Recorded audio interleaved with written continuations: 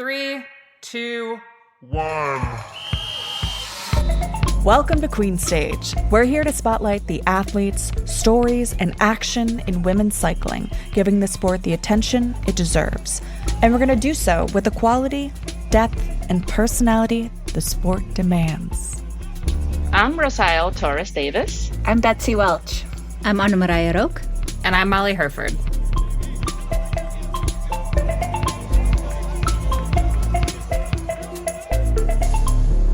Hello, everyone. Welcome back to the Queen Stage Women's Cycling Podcast, where we are covering the Tour de France Femmes avec Zwift, going stage by stage to bring you the racing action. We are kicking off 9 stages worth of race recaps and tour excitement. Make sure you're subscribed wherever you listen to podcasts and leave us a 5-star rating and review. Before we dive in, a huge thanks to Ruckus Composites for making the show a reality.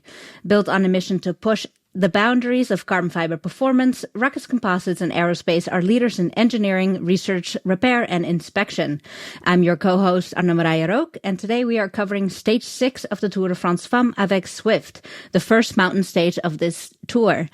It delivered a surprise winner and our very first French 1-2 in Maeva Squiban and Juliette Labou.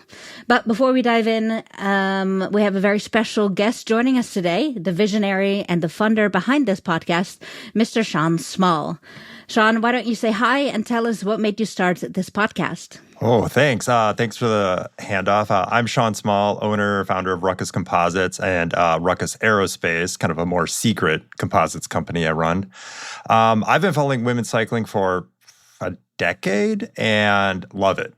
Been to the Tour de France Femmes avec Zwift the very first year, caravan the whole thing, stood on every side of the road, stood on every mountaintop that we could. And just, I listened to all the podcasts and just want more. And, reached out to, you guys all reached out to me, which was awesome. And the response was so encouraging. I was just like, we definitely got to do this. And it's been a huge success so far. Feedback's been great. Downloads are huge, are massive, and just super exciting to see everybody get excited about listening more. All right, well, let's talk about today's stage. Before we go into the full recap, for me, a personal highlight was watching the descenders do their thing. I really enjoyed watching Kerbal and Kasia just take that descent and blow a gap. I think it's a skill set that is underrated and one that people are getting more invested in. Some teams are actually hiring mountain bike coaches to help them get better at descending. And what did you two think? Yeah, no, we heard from AG Sudal that Sarah Gigante has hired a descending coach just to get better at that, and we hope it's paying off. And also it was interesting, I heard from the DS that now that they realize that Sarah Gigante has not lost that much time in the GC, they see themselves as coming into the finale with 2 leaders. So they have 2 options for the GC right there, but we'll see how that pans out. Interesting. Yeah, it's very interesting because in mountain biking, descending has always been a skill that you practice, you get coached on. There's tons of pro mountain bikers that actually will go to downhilling centers, like actual to, the ski hills that have downhill mountain biking and practice there. So it's pretty cool to see finally we're seeing similar in the road, although what we've been talking about offline is the surprise that we all feel that mountain bike Olympic champion Pauline Ferrand-Prévot seems almost timid on these road climbs, which I guess I'm going to say makes sense because when you are a mountain biker, you are used to wide bars, you are used to wide tires, you are used to being able to descend with level pedals, and suddenly, and also by yourself most of the time. It's pretty rare in mountain biking that you're seeing a peloton of people going down a screaming fast descent. Still, though, I sort of expected her to be one of the top descenders, and we have not seen that. Same. I think it's showing that road descending is vastly different than mountain bike descending, and that there's 2 completely different skill sets involved there. You're right, though. I, too, was very surprised to see her be so timid. And as Rosael pointed out offline, this may be because she had a crash earlier this season, and she's a little timid. But yeah, it was surprising. I also did not know that Kasia Niewiadoma is such a baller when it comes to descending. So props to her as well. That was really fun to watch. And it's a dangerous combo, someone that can climb and descend like that. Yeah, definitely. And I'll talk more about this in the preview for tomorrow's stage. But we have another descent at the end of that stage much more technical than today. Very exciting. Yeah. But let's kind of break down what happened today. First day in the mountains, 124 kilometers, 2,400 meters of climbing, 4 categorized climbs. This stage didn't disappoint. This stage was awesome. Although, you know what? I thought our whole conversation was going to be around climbers. And that is not going to be the case, although we'll start with them. So we had an early breakaway go. I'm not going to read all of the names because no one needs to hear the entire list, nor do I need to pronounce the entire list very poorly. But we had Elise Chabbey, we had Brody Chapman, we had Leanna Lippert from Movie Star. So finally, Leanna Lippert kind of in the mix there, which is great. Pfeiffer Georgie, Silke Smulders, and a bunch of the other, strong riders that you expect to see in a breakaway finally kind of making it in. Brody Chapman, Elise Chabbey, Silke Smulders, just absolutely crushing it on the climbs, taking up all of the points. Peloton was under a minute back when they hit the base of the Col de Biel Cat 1 climb. So they had gone over 2 of the Cat 3, the smaller climbs, kind of duked it out for points amongst themselves. Then base of the first Cat 1 climb, it starts to break up. It's a hard climb. We start to see the breakaway really sort of splintering. We see the peloton starting to close on them. Chabbey still was the first to hit the summit, bombed the descent. Also great descending on her part. Honestly, kind of surprising too, right? As you say, Rook, you don't normally see great climbing and great descending skills together, but clearly this is something that all the riders are prioritizing now. I mean, actually, to that note, did you all expect her and Brody and Silke to kind of be up there in the climbing today? Or did you think it was going to be more of the GC, great climbers who would start making moves earlier? Well, I don't think that the climbs were hard enough for the GC, and we heard that from a few of the riders. They were not steep enough, and I think we'll see a little bit of that tomorrow as well. So it makes sense that they didn't waste too much energy there. Though I was confused by AG Sudal and by FDJ Suez, because Sarah Gigante was doing a lot of work in the front, moments where I don't think she needed to do all that work, and she could be saving her legs for later on to help Kim Lecourt or herself. And then when they went for the bonus points in the sprints in one of the mountains, and these are bonus points for the GC, right? We saw FDJ Suez do a lot of work, and then Kim Lecourt and Kasia Niewiadoma were the ones who were able to take the remaining 2 points because there was somebody, Smulders was ahead and took the first ones. And Demi, I don't know if she's just playing conservative or didn't have the legs to contest that sprint after her team did so much work. Yeah, definitely a good question. Ooh, Shawn, go ahead. Oh, quick points breakdown. So Chabbey's on 29 after today. Smulders is 17 and Chapman's at 14. So the second place is close. Chabbey's pretty far out ahead, but I just added up what's left, and there's still 86 left. These are QOM points, to specify. Yeah, QOM points. And obviously stage 9 has 40. Ooh. So we might not know the real victor there till the bitter end, and it may be a GC rider at that point. It was interesting to see a little bit of attitude from Chabbey. I was going to say. She was surprised that she was being contested, but wouldn't you want to contest her if the points are still there and that jersey is still up for grabs? We're only 6 stages in. Yeah, but it also seemed like she wanted to go for the stage win as well. So it's what is FDJ doing? Are they trying to have it all? Because they're also going for the overall, the QOM jersey, and also trying to win the stage. I was a little confused because she was Chabbey was talking a lot to the other riders in the break, trying to get them to work. And after those finals QOM points, she just decided to go on her own because nobody else was working. Well, it makes sense to take the pressure off Demi by having someone like Chabbey in the front. Okay, I hope that was... We will get to that as almost like one of our dumb questions for today, too. I mean, I'll be honest, I did not expect a breakaway to be able to stay away. So it was no surprise when they did eventually get reeled in after that Cat 1 climb. But then it got surprising. So 32 kilometers to go. French rider Maeva Squiban of Team UAE ADQ attacked 32 kilometers to go, 20 miles to go. Attacks almost instantly, grows this huge gap to 1 minute and 10 seconds. And Chabbey's leading the peloton to the top of this climb. The gap is still growing. no one seems that stressed about it. And I actually wonder if at any point they started to think about if they should close it or not. Well, this was the perfect move for a team like UAE. They don't have a card to play in the GC anymore, so you're going to go for stage wins. And how best to get a stage win? By letting someone who's not a GC contender just go and fly up the road. She was 9.5 minutes down in the GC when we started today's stage, so she was not a threat, which means the GC leaders didn't necessarily have to chase her down. And I guarantee you that was coming through the earpieces for all the riders. They told her exactly, hey, she's 9.5 minutes down, she's not a threat.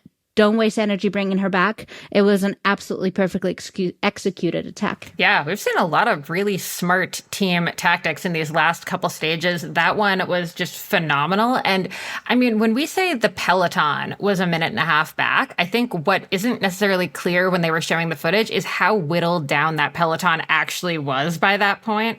So we're not talking about 100 riders that could try to close that gap. We're talking 20 riders who suddenly had to work. And that included pretty much all of the people who were in the GC contention, right? Like all of the top 10 in the GC are in that group. And, well, except Marianne Vos and Lorena Wiebes. Sorry. Womp womp. If we can put in a sad trombone noise here, that would be great. But, all of the top contenders have no reason to try to chase. Their teams don't have a great reason to burn those matches.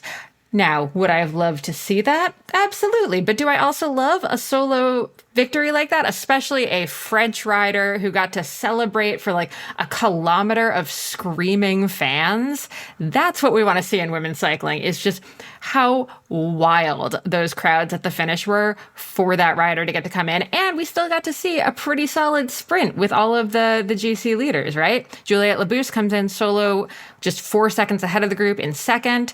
Then behind her, just GC spread across the road. Again, Kim Lecourt comes ahead, just ahead of Demi Vollering. Again, thankfully, a little less arms in the air, so it was less stressful.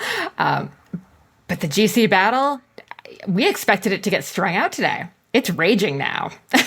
One thing I wanted to say about this, the in-between break, the Juliette Labousse solo, that's a very smart tactic, and the one that I actually expected Phoenix de Koning to do. They had two people in that GC group behind Squiban, and so that would have been a great opportunity for either Puk Pieterse or Pauline Royakkers to make up a little bit of time in that GC, gain a few seconds on your competitors, and no one initially made that move until Labousse did, and that's a very, very smart tactic, because you're now asking the GC favorites to go chase down another potential GC rider, and it gave Labousse a few extra seconds in the GC. Perfect. Speaking of the GC, Rosael, talk us through where we're at now. Yeah, no, and to that point, I'm really excited to see such a tactically played Tour de France Femmes. It's been amazing racing so far, and we still have a bit to go. So yeah, as for the GC, after stage 6, we saw a few small GC shifts that could have big consequences going down once we're in the mountains. Lecourt still wears yellow, but Cassiane Wadoma jumped 1 place to take the 3rd overall, now just 30 seconds back, while Vollering dropped to 4th place. That's not a huge gap, but it's the kind of mood that hints at who's feeling sharp going into stage 7. Roy Jackers and Pieterse each gain a spot, and Julia Labousse and Dominika, Woodersick, both made big leaps back into the top 12. Boss, on the other hand, keeps slipping a little bit in the overall, but that's expected. But yeah, still feel it's close, but there's cracks beginning to show. And I think it's also, points jersey-wise, Lorena Wiebes still in there, 208 points. 178 is Marianne Vos behind her. Shawn, have you done any math on the points jersey and if it's possible that anyone can take it from either of them at this point? Yeah, so, I'm a spreadsheet person, not surprisingly. So, yeah, I got Wiebes at 208 after today, Vos at 175. So the difference is only 33. Lecourt hanging in at 3rd place as well. So I don't know if she's just collecting points by accident, just going for, time gap or time bonuses, but she's in there at 118. There's 145 remaining in the final 3 stages. It's kind of a 25-30, 25-20, 25-20 breakdown. But the breakdown is going to be interesting where that intermediate sprint is. Tomorrow, we have a flat run-in. Stage 8, it's after a pretty hefty climb. So I think that's where we're going to see the Mariana go for maybe that split that she's been hanging in for to distance Weebus on it. But we'll find out. Yeah, definitely could be. And also of note, I mean, when you look at the GC, so as we mentioned, the points also give you, there's time bonuses and all of that. And is Kim Lecourt hunting time bonuses? Because she has 34 seconds. Behind her, PFP has 8. So she has 4 times the seconds. Is this a team tactic? What's going on here? Absolutely. They're playing it so smart. I'm loving everything about the whole Kim Lecourt and the AG Soudal team this year. They're playing a really, really tactical game, and they set out a plan every day and execute it flawlessly. It's been really fun to watch. Mm-hmm. How do you think Demi Vollering or Cassia Nuyodoma is thinking about Kim Lecourt? Because I was thinking after this stage, I'm sure there's conversations happening in the team bus that were not happening yesterday or the day before. Yeah, I think everyone was wondering, can Kim climb? Can she hang with the climbers in the peloton? And thus far, she's hanging in just fine. Plus, she has that kick that the other ones don't have to get those bonus seconds. So, yeah, it's very exciting to watch. And as I mentioned yesterday, I love a breakout rider. Oh, interesting. I just had this thought. Is the Kim Lecourt riding right now the Julian Alaphilippe of 2019? Potentially. Like surprise yellow where you're just like, can they do it? Oh my God, I don't know. We need to come up with a clever Lecourta believer or some sort of catchy name it's a mouthful of a name, but... I mean, they are similar riders. Like, she's showing a lot of panache, which is something that defines Alaphilippe. Like, she has those punchy legs, which is one of the reasons why she's being able to contest those bonus points as well. Yeah. Plus, last year she showed up in this world champion lookalike jersey, the national champion of Mauritius, and everyone's like, what is this jersey? Where even is Mauritius? Who is this person? And boom, look at her now, leading the Tour de France Femmes, the biggest women's cycling event of the calendar. And it's very exciting to see. And I think mountain bikers are underrated in terms of how strong they are. And she's a mountain biker. She's won the Cape Epic. PFP is a mountain biker. It's just, it's one of these talents that you think of them, they race for 2 hours max, but they have such engines and such skill on top of it. And that's really showing in Lecourt and the way she's riding. 100%. And we should also be clear, when we were kind of, mocking PFP's descending capabilities earlier in the episode, she's still descending pretty freaking well. She's still in the lead group. It's really just she's losing a couple bike lengths. So while she's not the best descender, she is clearly still very much in there. And yeah, maybe just playing it a little on the safer side, but not to an extent that it seems to be hurting her in the GC at all. It's not costing her anything. Yeah, she did say in the pre-race and post-race interview, she talked about this, that she said she was very impatient yesterday during stage 5, and she didn't want to carry that same energy today. So she may just have taken it a little bit easy because she didn't lose a ton of time. It could be a lot of things, plus, nerves maybe from that crash she had at Strade Bianche, or not having as much experience descending in a group. You know what else we saw today, which is interesting? Because the roads got so narrow on some of these climbs, the team cars couldn't make it to the riders.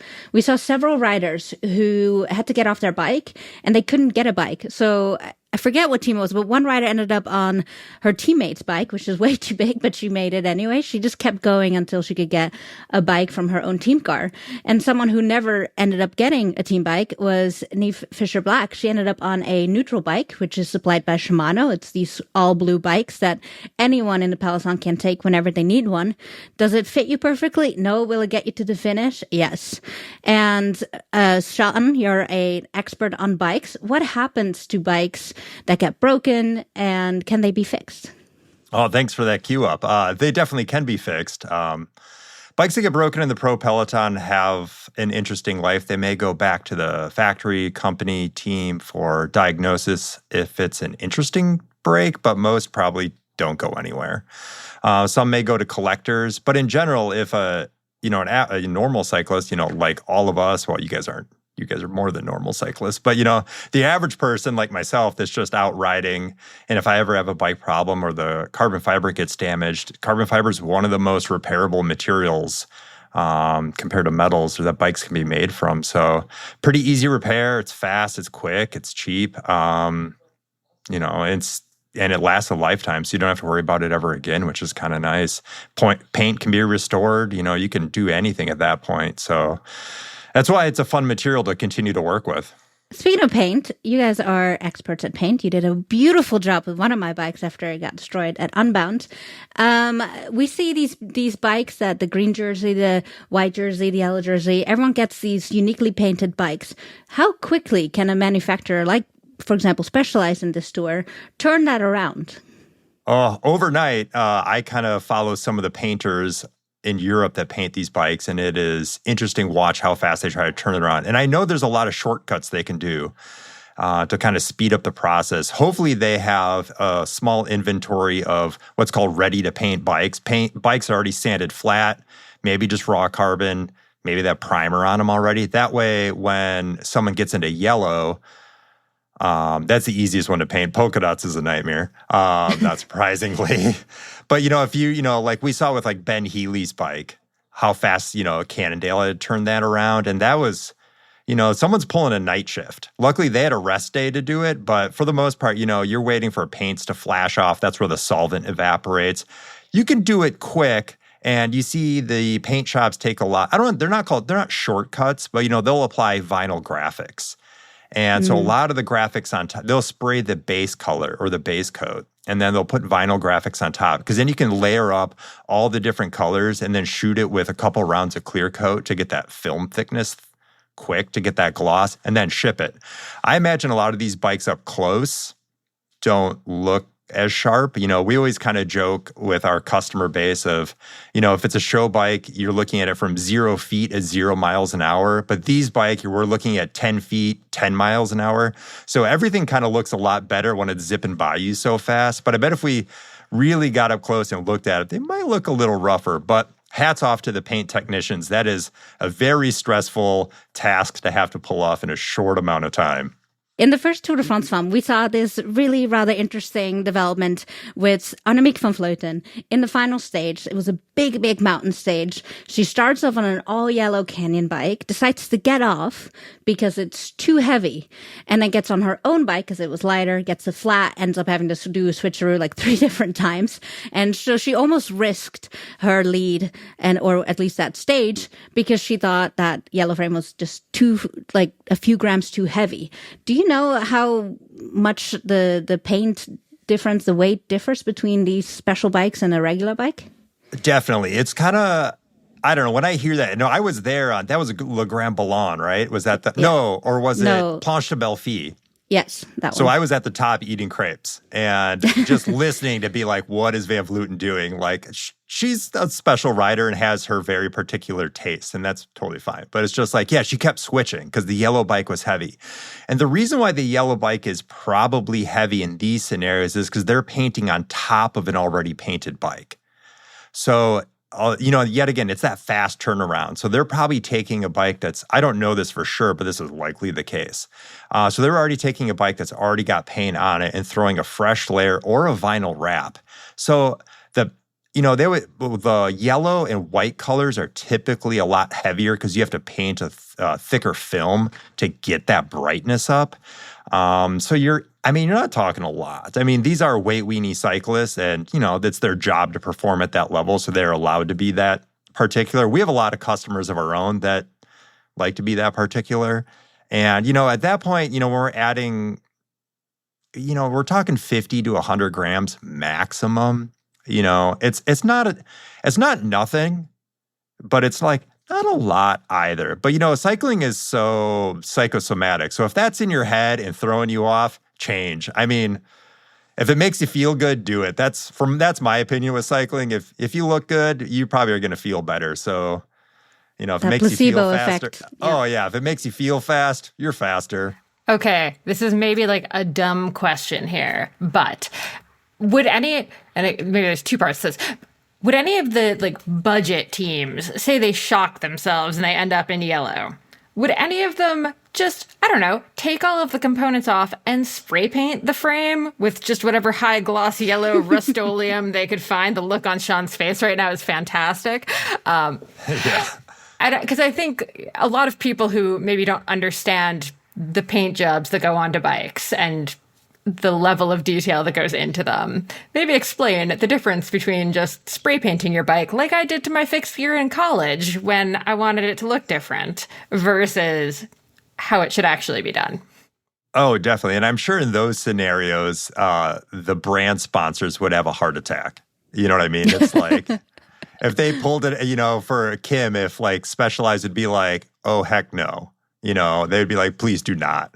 We get that question a lot. Why is painting so expensive? And honestly, it's shockingly expensive. And I can talk for hours about why it's so expensive.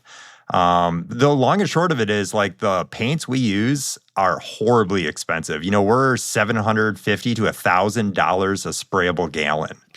Yeah. And a gallon covers a few bikes, but still it's like, it adds up quick when you use real non-hardware store materials. But the difference in quality is shocking with how things last or yellow over time as well, or adhesion. What I like to tell people getting a custom bike painted is you're commissioning original artwork. And that's the conversation I try to tell people, because we have people, honestly, 3 times a day, they go, it's how much I can go to the hardware store and do this myself. And you're like, you're commissioning art. And my paint team, they all have fine arts degrees, and these are professional artists, and you're asking them to create a design, something new, something creative, spend time in Illustrator, and then execute it. It is a huge task. And, I know almost all the painters in North America, and they are all, they're more artists. They just, bikes are their palette.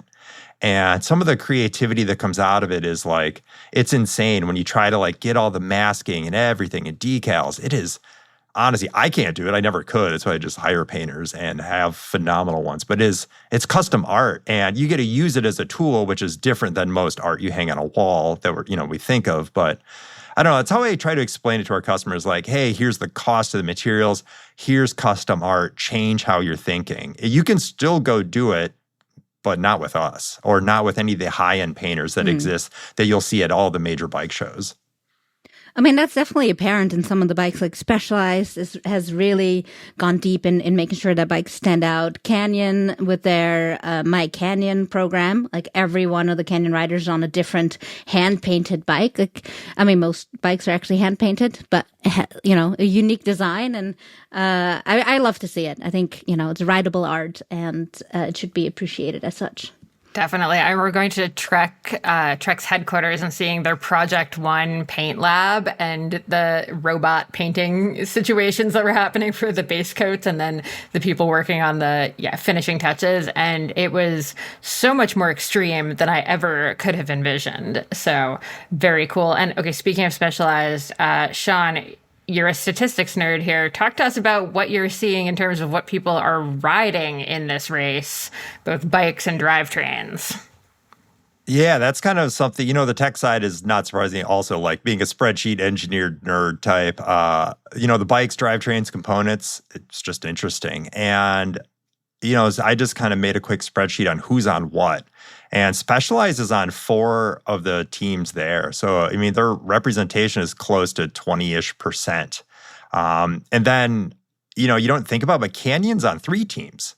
And you're like, right, they are. And, the questions there, all the Specialized riders are all on the same bike, the Tarmac SL8. It's a one bike to do it all, aero, light, road, bigger tire clearance, surprisingly. And Canyon, they're mainly all on the air roads or the Ultimates, depending on the stage. A lot of them are choosing the Ultimates because it's the lighter climbing bike, but they have 2 to pull from. And then this is the shocker for me, drivetrain-wise, is 15 teams are riding Shimano drivetrains. I just don't think it's highlighted very much. As much as I would expect, with how much I see with SRAM. SRAM's just more of a bigger sponsor with all the teams, or headliner, and maybe pushing their drivetrains. But Shimano's there, almost 3 times. And an interesting thing, maybe this is a question for the 3 of you, is, on the men's side, we see a lot of one-by adoption, but I'm not seeing it on the same, on these mountain stages. Is anybody on a one-by drivetrain out there? I haven't seen it, and I think it's because the climbs just haven't yet been quite big enough, and the descents are significant, as we saw with today, that you do want bigger gearing for that descent still, and for the sprint at the end. So I don't know. I maybe it just hasn't been quite adopted to the same way as it has on the men's side. I'd actually like to look at the year over year on that, like last year versus this year, because this year I did feel like 2x has actually been coming back in popularity.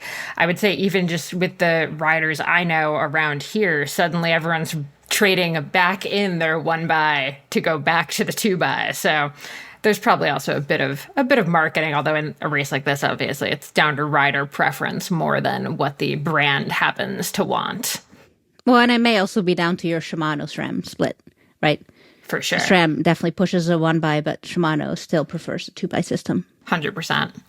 Okay, so I feel like we've been in some no dumb questions already. So let's just keep these rolling. We had someone ask, what is a satellite rider? So you're hearing the commentators mention that whenever there's sort of a break up the road, especially a larger one that has a lot of the teams represented. So who wants to handle that one? I can.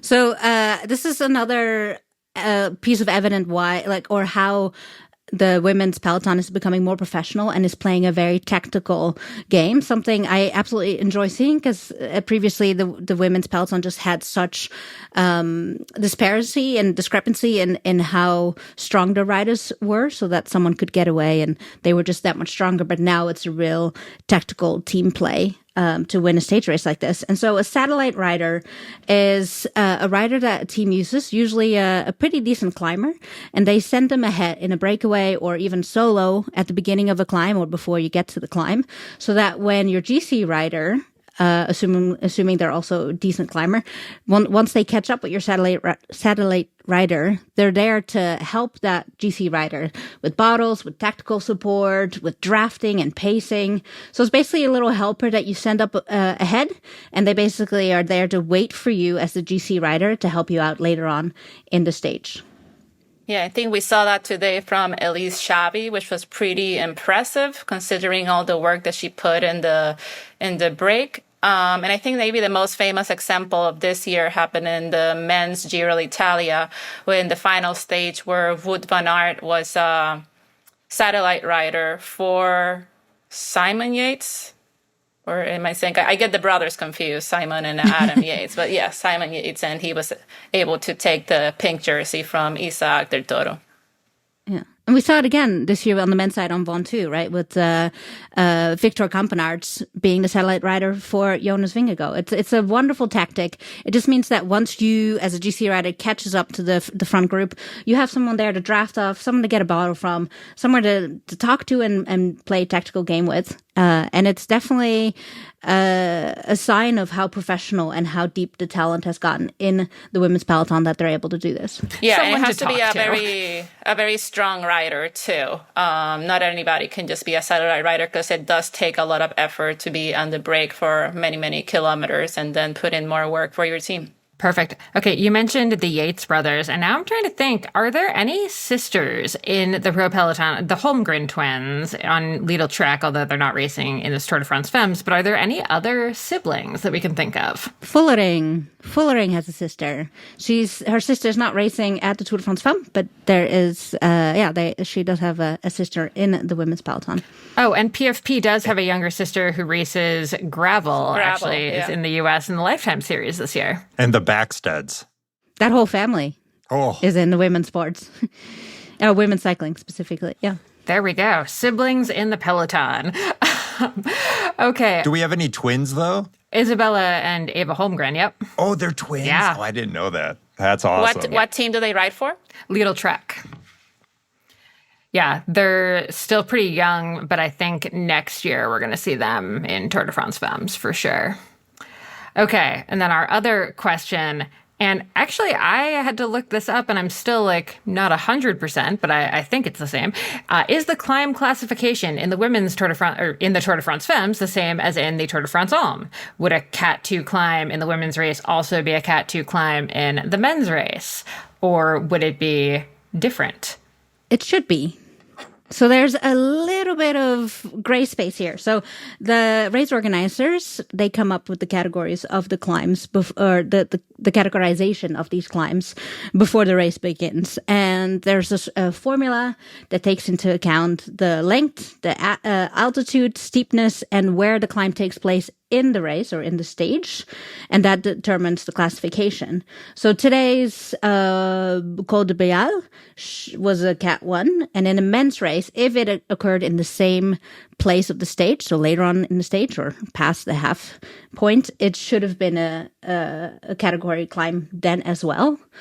But there is a little bit of interpretation there because it really depends on where it comes in the stage. The men's stages are obviously longer, and therefore you'll probably see more categorized 1 climbs, more HC climbs in the men's race than you do in the women's race. Today, for example, we were in the Puy-de-Dôme region, and so the men's Tour de France is more likely to go up Puy-de-Dôme, and we didn't. We went up Col de Béal instead, but generally speaking, the formula that determines the categorization of the climb is the same. Okay, so that's actually not as sexist as I was worried it was going to go.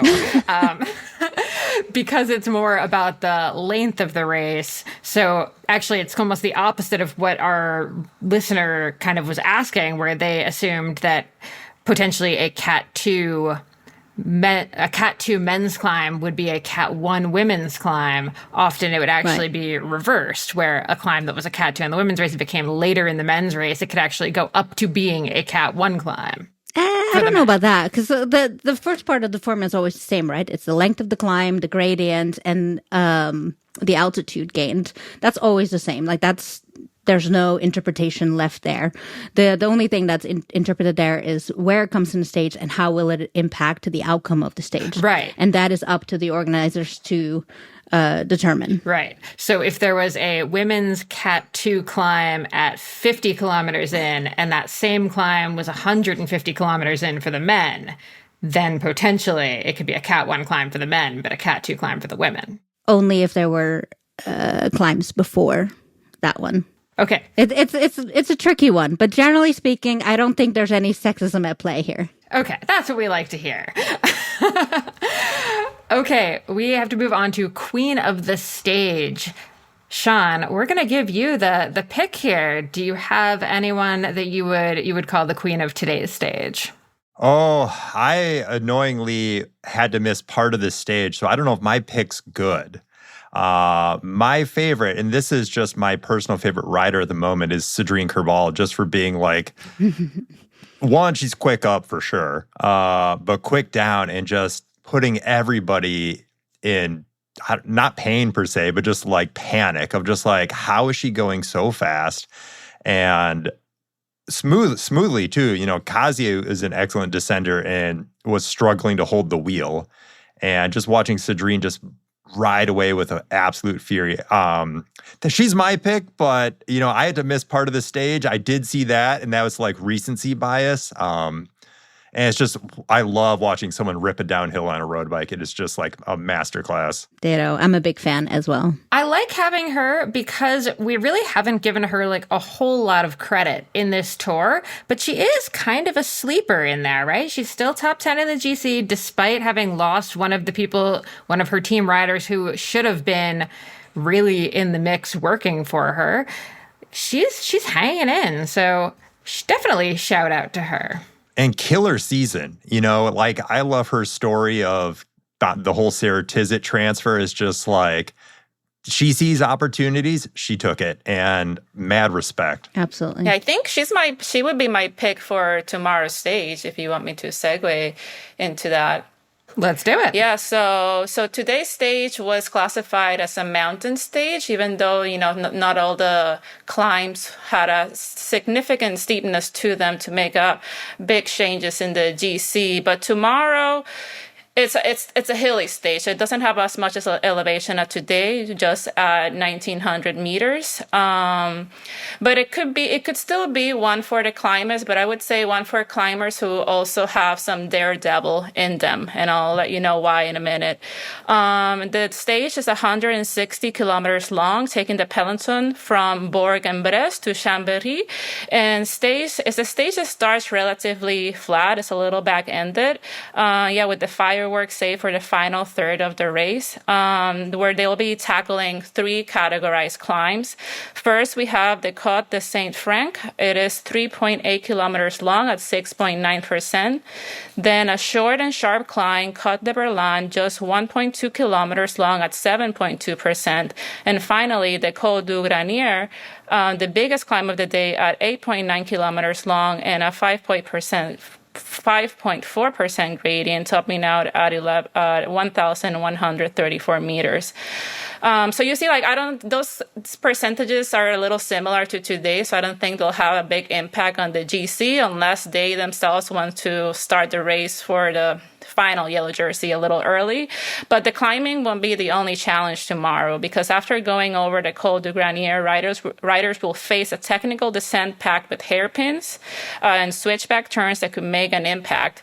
Then the descent could be decisive. Not only the descent could be decisive, but once they start the run-in into the finish in Chambéry, there are multiple roundabouts and corners there. And I think it will make positioning really essential for the finale. So I could see, with being a hilly stage, not a real mountain stage, I could see somebody like Cédric Carbal getting the break and then just rip that descent into Chambéry. Yeah, absolutely. I think we're also going to see what we saw today. We're going to see an early break on those flatter run into the climbs that will get scooped up again at some point by the GC or the peloton with carrying the GC favorites. I think after today's showing by UAE, these teams that also have riders that are far enough down in GC yet have something to prove, they might be inspired to go after a stage win. As we saw today. But yeah, I think that descent is one we're going to be watching with bated breath. I think so too. And you all think the GC riders are still just going to be kind of playing it safe? I guess part of it depends on if Rosael's prediction of Carbal going happens, because if that happens, then they're going to have to... Well, yeah, let's see. How close is she on the GC? I believe she's within 90 seconds. Oh, she is? Yeah, she's 9th place, so it may not be super realistic unless we have a reduced group with all the GC favorites going to the end, and maybe they let her go in the descent and hoping that she doesn't take a lot of time, but we'll see. We're definitely in that stage of the racing where people are doing number crunching at all times. They're looking at everyone's gaps. They're looking who can get away, who can't get away. There's going to be a lot of talking in the earpieces, giving people updates on who's in the breakaway and what every team needs to do. And this is where things get a little bit more exciting as the GC will become increasingly important. Yeah, if not tomorrow, by Saturday, we're going to have to see some of the GC leaders taking some big swings, right? At some point, someone's got to be the one to go first and try to make that definitive mark and actually take some time out of the GC there. Yeah, I think tomorrow and Saturday is where someone is going to have to earn themselves a little bit of a gap and decidedly ride themselves into yellow. Absolutely. Okay, well, we'll catch you back here tomorrow to hear about how that went. Make sure, of course, you're subscribed wherever you listen to podcasts. 5-star rating and review, deeply appreciated. Hit us up over on queenstage.cc on Instagram to let us know what questions you have, who your predictions are. Let us know what you think of the very tight GC battle going on. And we will see you back here tomorrow.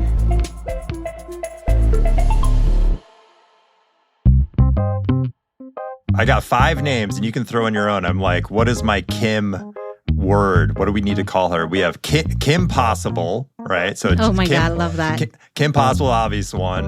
KIM points, right? Chemistry. Kim Sanity. We're living in Kim Sanity, right? Or the Kim Reaper. I think we're all I'm Team with Kim Possible. Kim Possible, yeah.